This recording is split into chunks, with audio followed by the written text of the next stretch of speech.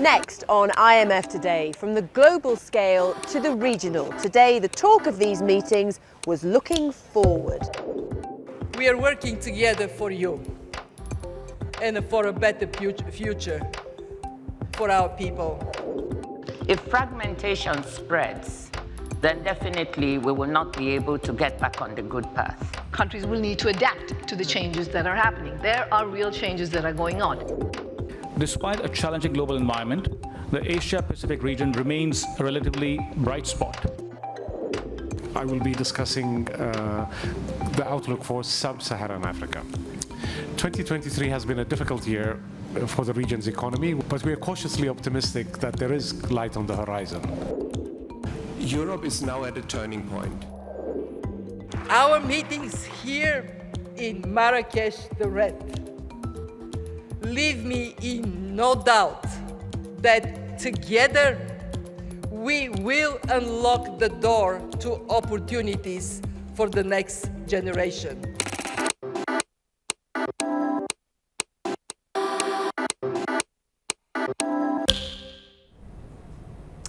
Hello and happy Friday. Welcome to IMF Today, live from Marrakesh. The day kicked off with the annual meetings plenary, followed by the remaining regional economic outlooks. The big headliner, the debate on the global economy, featured big thoughts and big guests. More on that coming up.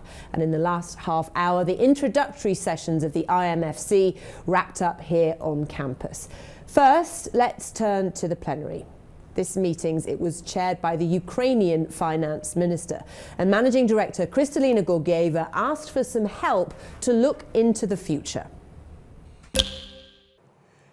The past 50 years is a story of extraordinary but disrupted progress. Also, massive shifts in the world economy. What will be the story of the next 50 years? I don't have a crystal ball, so as an experiment, I asked artificial intelligence, what might the world look like in 2073? Here is one prediction. In 2073, a sustainable global economy will thrive, propelled by renewable energy and AI-driven industries. Space exploration could open economic frontiers, while enhanced global connectivity reshapes work dynamics. Digital currencies may become mainstream, replacing traditional financial systems. Revolutionary healthcare and cultural fusion might define the era, with efforts toward economic inclusivity. The vision embraces technological progress, environmental consciousness, and a connected, equitable world. Remember, this is all speculative. Reality has a way of surprising us. Yes, I think it is safe to say there will be surprises. The bigger question is how we will capture the benefits of transformation and manage the risks it will bring. So in this moment of radical uncertainty, what are the no-regrets actions that will help us write a better story for the next 50 years? I will place them in two groups: investment in strong economic foundations and investment in international cooperation.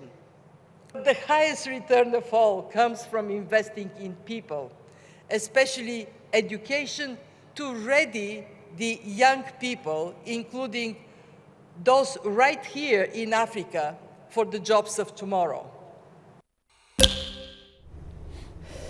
The managing director needed to bow out of the debate on the global economy this afternoon after being invited by King Mohammed VI to address the opening of the Moroccan parliament. Today's panel, including IMF First Deputy Managing Director Geeta Gopinath, spent a lot of time talking about the increasing number of challenges facing countries and the difficulties they're experiencing in the face of those shocks. If you look kind of around the world, it's particularly true of the US, but many other countries, we're seeing a looming mismatch between the spending needs of countries and the resources that they will have to pay for it. This is a difficult place for countries to be. There's a challenge, particularly for emerging and developing economies who have important development goals that they have to meet the climate transition.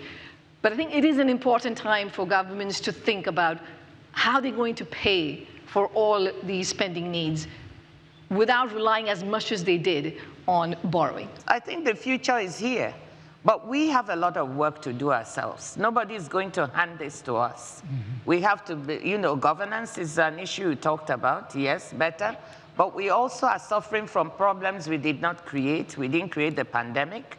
We didn't create, we have the debt, and what happens outside has a great impact on that. So we also need to have that support to manage the debt situation that the countries are in, sort that out, give some fiscal space to countries so they can actually spend on education, health, and the things that matter, and on the young people.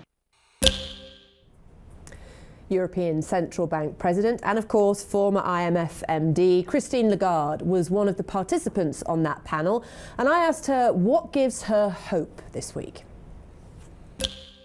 I'm very optimistic just watching this place, because if you look around, it's a magnificent construction. It was decided back in 2018. It was due to take place 2 years ago. It's been postponed twice because of COVID, because of the days when the economy was in complete lockdown. And look at this. We are here conducting business, and conducting business in a place that will be dismantled and reconstructed to host schools and dwellings for people who have suffered from the earthquake. So that story in and of itself gives me hope that people can come to their sense and can actually adjust, transform, and use solutions that are multi-purposes for the meeting here, for the dwellings tomorrow. Now, all of that is taking place against the background of horrible developments and very, very, very saddening events. But that gives me hope. And these shocks are becoming more frequent, more global, yet we still face the issue of fragmentation. How can you tackle these challenges on a global basis, and how important is it to have that international cooperation? You gave the answer. International cooperation, dialogue, dialogue, dialogue, and respect and tolerance for the views of others that might be different from yours, but that should be respected and accepted and tolerated. So the international dialogue that is taking place at the time of the IMF and World Bank annual meetings is incredibly important, and more so than ever. There is a discussion going on at the moment on the transformation of the development banks and institutions around the world, which is productive. I hope it, comes to fruition and to reforms so that we can actually help the most vulnerable and the poor people around the world, as well as tackle climate change, just to give you an idea of what is at stake now and what is being discussed. And when it comes to those vulnerable countries, the lower income countries who are being told, invest in tackling climate change, and they're saying, well, we're in debt and we didn't cause this. And how much of a challenge is that? It's a double challenge, because you have to look at the present situation but also project yourself into the future. And the present situation needs to be addressed. I think the IMF, the World Bank and other institutions are doing that, and they're trying to press their membership into doing the right thing so that those countries can also look into the future and respond to the needs of their populations, which are generally young people who aspire to a better life and a better world.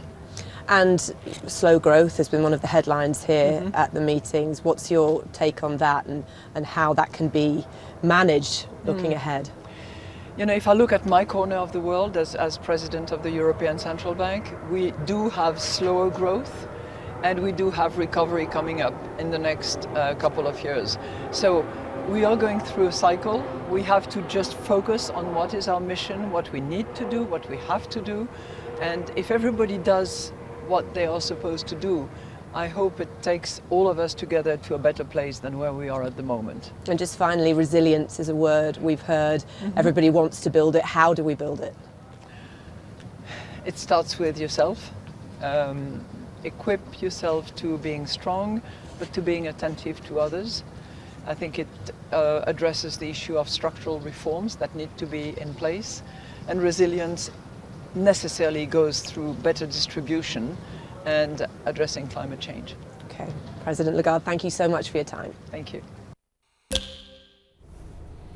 Now, Tom Keene of Bloomberg moderated the global debate, and he joins me now. Tom, great debate. What was your headline?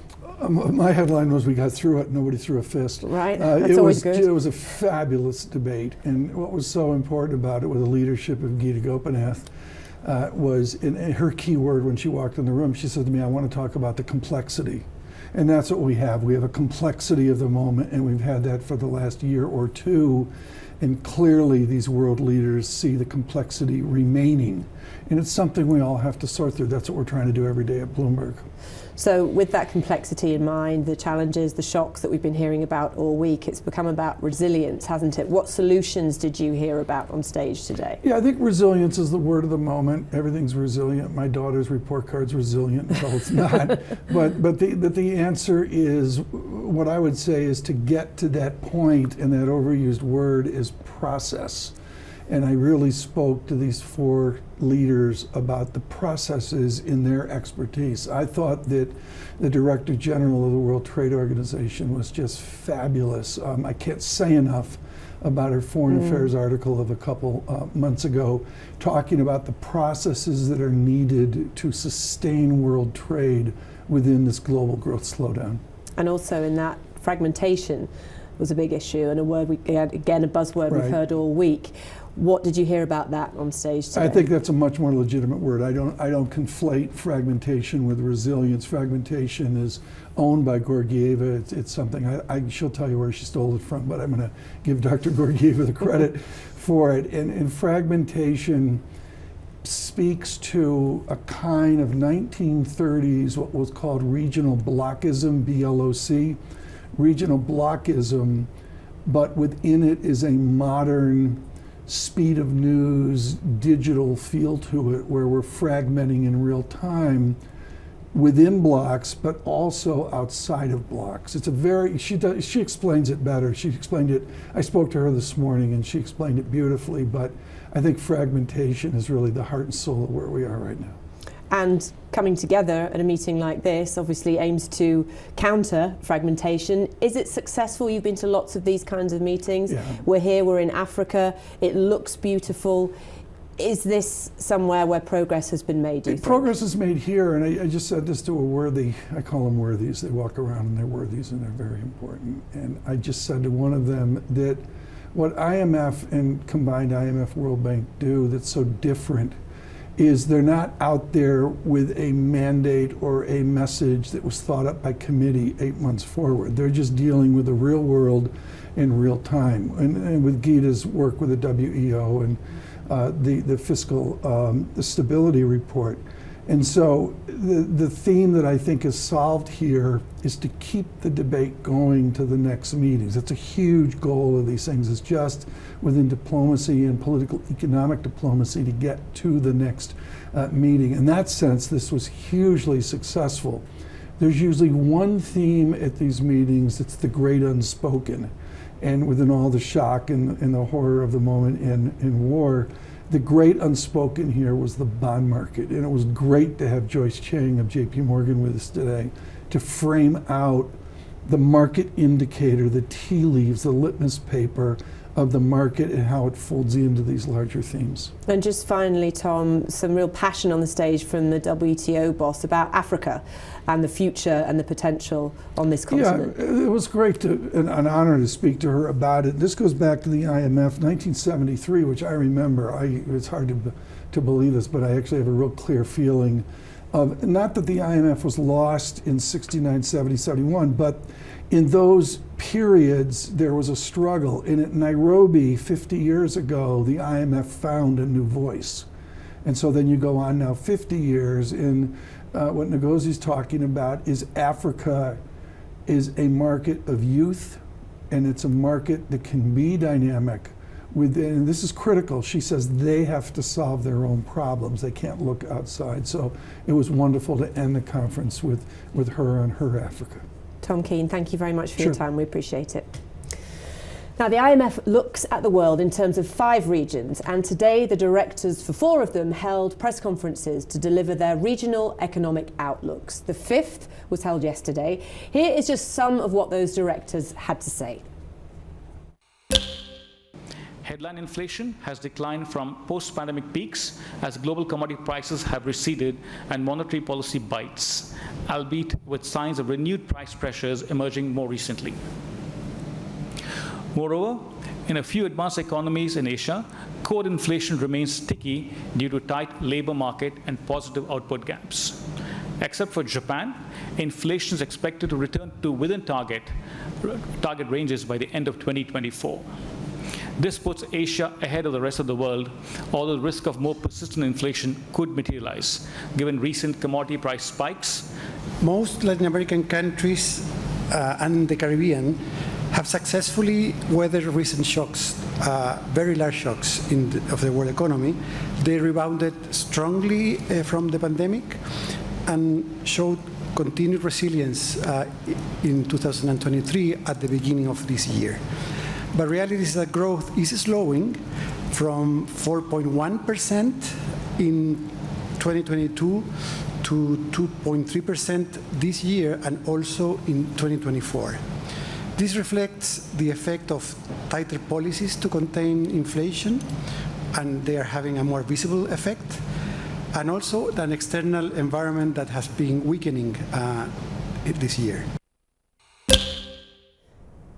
Now, earlier in the week, 2 of those directors came together for a special briefing on the African continent as a whole. Albi Selassie is the director of the African Department, and Jihad Azur is the director of the Middle East and Central Asia Department. I had a chance to speak with them both about that outlook. Thank you both for joining us on IMF Today. So, Abe, just tell me, how significant is being back on African soil? I think incredibly significant. For one, it's been such a long time, 50 years since we last had our annual meetings on the continent, 1973 in Nairobi, so 50 years on, we're back on the continent. Second, I think I also love the fact that it's in Marrakesh. I think it's like incredibly vibrant, beautiful city, incredibly dynamic. So, really reminds me of what you also see in the rest of the continent, the colors, everything extremely effervescent place to be at. And I think that taps into the energy that we see in the continent, the promise that the continent has. Yes, a lot of challenges, but also a lot of promise. And the fund has a lot of work that it's been doing here over the last many years. So I think it's also a little bit acknowledging that, but also that going forward, we need to be playing a bigger role in the region. We recognize that and are ready to do that. So really very good that we're here. Jihad, let's talk about that promise that Abe was mentioning there. I've heard a lot on panels about resetting Africa's narrative, opening up the continent. What are the opportunities? Outline them for us, if you would. Well, opportunities are multiple. You have first the demographic dividend of this continent, where the vibrant young population that is ready to take over. Also, you have certain number of quick wins that one can get. Improving the access to technology will provide many opportunities to the young generation of Africa. Removing trade barriers will also provide additional growth potential. And recently we did a study with AFR on that showed the potential of growing trade. Improving infrastructure will reduce the cost of production, providing additional access to finance. Therefore, opportunities are there. Reforms are needed to amplify those opportunities. Some of them are structural reforms. Some of them are also related to improve accessibility. And this is where I think the work that the fund is doing to showcase that on climate, on technology, on digital, there is a huge potential that one can work on. This also has to go hand in hand with the strong macro, because stability is the gateway to prosperity. And when we reach this stability, we will allow those countries to grow. Of course, there are specific challenges for many countries. That is high. The investment needed for climate transformation is important. And this is why we are trying as an institution to increase the level of access to concessional financing, to provide additional support through the RST for climate transformation, and also to showcase the potential that Africa can offer to the whole world economy. And this is why we are here today. And Abe, just tell me a bit more about that potential, bearing in mind the youth of the population here. I mean, that is a huge asset, isn't it? Absolutely. I mean, 1 out of every 2 new entrants into the global labor force, starting around 2030, 2035, will be coming from sub-Saharan Africa, and Africa as a whole probably even sooner. This means that, the innovators of tomorrow are going to be coming. If you have 50% of the workforce coming from Africa, it's going to mean, a lot of the innovative ideas, a lot of the energy is going to be coming from Africa. So that's another promising potential. Second, the labor force also, the absolute numbers, is also going to be here.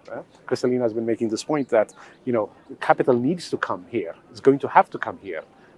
So we have a lot of work that we can do to support countries on how best to attract capital and how best to deploy it to create the millions of jobs that countries need. In the interim, there's a lot of investments countries need to make in human capital, education, health, and infrastructure, advancing the digital agenda. So, there's a range of areas for reform, the range of issues that have to be addressed, of course, first and foremost by the authorities, but also with us helping them through financing when they have financing need, through policy advice, and of course a lot of the capacity development work that we're doing. And importantly, why I'm excited to be here is that, it's the fun coming to a region to listen to what the region is having to say. So that's really important that we're here and meeting with our authorities here. And right now around us, it's buzzing with the movers and shakers who have all convened here, policymakers. What do they need to do to action all of this, to get this moving? The challenges are increasing because the global outlook has become more challenging. Interest rates are on the rise. Inflation is still a major issue. Food security for many countries is still an important issue. Therefore, again, the recipe is to accelerate the reforms. Some of those reforms are overdue. Some came more, I would say, prominent after the successive shocks since COVID. And in addition to that, opening up the space for the private sector in many countries, it's an important dimension that the state has to contribute. Those reforms are important, but they need also to be another support by the international community. Many countries wouldn't be able to do it without financial support. Concessional financing is going to be very important. Private capital has to become more, I would say, prominent in the way to finance climate transition, digital revolution. Those important leapfrogging of the potential require important private sector participation. And just briefly, Abe, what does progress look like for you by the end of this week? Jihad has touched on a couple of things internally, in-house. It is basically making sure that we have the resources that we're going to need to support our countries going forward. A lot of active discussions going on, both on funding of the PRGT, but also discussions on the 16th quota review. So progress on those fronts will be very important for us. But as important for me really is this is the one opportunity that you have in a very intense period to meet virtually all of the country authorities, to hear what they want us to be doing, what we could do better, where areas of need are, and trying to assimilate that, and also see what we're not doing enough of and what we need to do better on. Just hearing that also really energizes you. Many are appreciative, others would like to see us do more. So just internalizing all of that information also very important for area departments. Sure. Well, thank you both so much for your time and good luck for the rest of the week. Thank you. Thank you. Alfred Kammer is the director of the IMF's European department, and he's here with me now. Thanks for joining us, Alfred. So first of all, Europe hit hard by the pandemic, obviously, then a big energy shock. Do you think it's ready to turn a corner now? Not to forget, the shocks are reverberating still through the European economy, and Ukraine is still in war. Right. But what we also need to focus is on the medium-term challenges. One such challenge is going to be fiscal consolidation. When we look at high debt countries and when we look at some of the emerging European market economies, what it means they need to consolidate in order to bring the debt to GDP ratio down. But we also need to create fiscal buffers. Why do we need to do that? We need to do that because we saw how valuable those fiscal buffers were during the pandemic and the energy crisis, because government can respond to external shocks. But government can only respond to external shock if it has the fiscal capacity to do so. That needs to be re-established. And on top of that, we need to create fiscal space for investments into the digital future, for green investments, and for many countries for defense spending. That will require an immense effort on the policymaker side. It will mean to reprioritize spending. It will mean to look at tax revenue measures. But all of that is going to be necessary and needs to be on the agenda for Europe. Second point to make, growth. Europe has been suffering already from sluggish productivity growth before the pandemic. And growth in the medium term matters. It matters for the well-being of the population, but it also matters in terms of the resilience of the economy and for the fiscal ability to respond to shocks. And what do we need to focus on? We need to focus on very country-specific structural reform measures in order to increase productivity. We have to help on the labor market side through skilling, reskilling, training. Those are on the agenda. So inflation is heading down. Can it hit 2%, the target? We certainly are hopeful that this is going to work. We have not killed the beast, but we cornered it. We have constrained monetary policy settings in virtually all European countries, where the ECB and the Bank of England currently are with policy rates. The ECB at 4%, the Bank of England at 5.25%. We are at a good spot. But what is now important is that this restrictive monetary stand is going to be maintained for a considerable amount of time. And for the ECB, we are estimating that that amount of staying close to 4 has to be in place until the fourth quarter of 2024 in order to hit the inflation target in the second half of 2025. So in short, in a good spot, but the job is not done. And we may experience shocks, and that means we need to go into these shocks with a tightening bias of central banks. If we have a bad inflation surprise, act quickly. If you have a positive surprise, relax and be very careful to not prematurely ease, because we know the mistake of premature easing is extremely costly. The costs of over-tightening are smaller. And just finally, I know you have a busy schedule. Fragmentation is a word we've heard a lot about. What are your concerns when it comes to Europe and fragmentation? There are big global costs to the geopolitical tensions we experience and the geo-economic fragmentation we are experiencing. What does it mean? You need to make the economies and the supply chains more resilient. So how should you go about this? Wrong way would be to shift from one concentrated supplier to another concentrated supplier. You never know where the next shock is going to hit you. For Europe, that means diversification in an open, multilateral and rules-based trade system. That has benefited the continent and the globe immensely, and it's important to build on that one. So it's about diversification. Second point for Europe to make, single biggest achievement is the single market we have in place. And that needs to be maintained and needs to be built upon. Maintained, it shouldn't be fragmented with state aid, with industrial policy. At the same time, it needs to be built on services need to be liberalized. We need to work on the capital markets union, the banking markets union, and we have a whole list of reform efforts which need to be made. And when you are talking about resilience, it's in the end about economic strength, and the single market is one of the big drivers of growth, and therefore build on it, don't destroy it. Alfred Kammer, we appreciate your time. Thank you. Thank you. Now let's talk a little more specifically about our host country. Morocco is a commercial hub connecting Europe and Africa. It has tripled its GDP over the last 20 years while reforming its economy.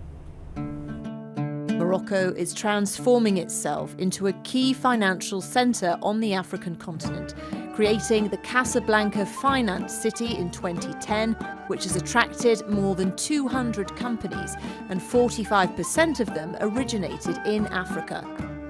In 2011, His Majesty King Mohammed VI added the right to a healthy environment and sustainable development to the Moroccan constitution. That's led to 19 sector-specific action plans for everything from energy production to modernising the agricultural sector. Today may be Friday, but the meetings aren't over yet. Tomorrow, the IMFC holds its plenary for most of the morning, where the Managing Director will present her global policy agenda to IMF governors, setting the course for the IMF for the next few months. We also have our last seminar, this one on financial inclusion as a pathway to resilient and shared growth. And the Per Jacobsen panel will be focusing on building economic resilience in uncertain times.